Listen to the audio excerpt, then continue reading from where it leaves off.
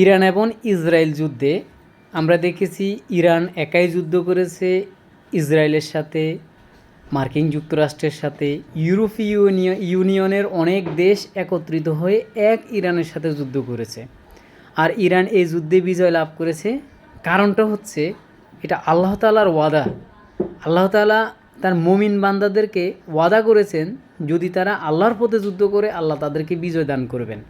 আল্লাহ তাআলা পবিত্র কোরআনে সূরা আনফালের 65 নম্বর আয়াতে বলেছেন যে, হে নবী, তুমি মুমিনদেরকে লড়াইয়ের জন্য উৎসাহ দাও। যদি তোমাদের মধ্য থেকে 20 জন ধৈর্যশীল থাকে, তারা 200 জনকে পরাস্ত করবে। আর যদি তোমাদের মধ্যে 100 জন থাকে, তারা কাফিরদের 1000 জনকে পরাস্ত করবে, কারণ তারা এমন কওম যারা বুঝে না। সো আমরা এই আয়াতের মাধ্যমে বুঝতে পারলাম ইরানের যে বিজয়, এটা সম্পূর্ণ আল্লাহর পক্ষ থেকে একটা নিয়ামত।